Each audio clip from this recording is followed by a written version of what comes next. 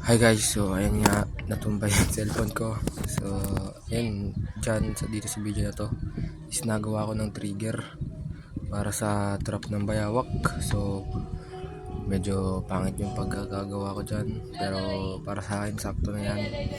Pero para sa mga manghuhuli o magdetrap ng bayawak, mas maganda talaga yung sa kanila para sa akin, kasi baguhan lang ako dyan.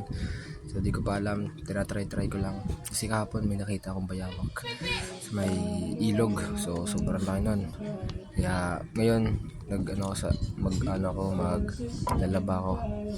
Tapos sasabi ko na lang din yung paghuli ko sa bayawak. So tingnan nyo na lang yung clearance yan, no? Pero okay na yan, sana mahuli yung bayawak. So guys, ito na yung finished product natin. Tapos ko na siyang gawin. At ayun yung natin, pang trap natin sa bayawak. At ito nga pala guys, yung isda ng papa ko. Hindi ko alam kung anong isda to. Hindi ko alam kung tilapia ba to or ano.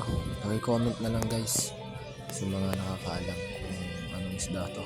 May ano siya sa may ulo, parang may kulay pula.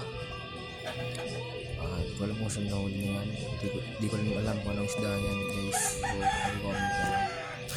Tutuwa lang ako sa isda na to kasi kumakain sila ng tinapay, hindi sila mapili.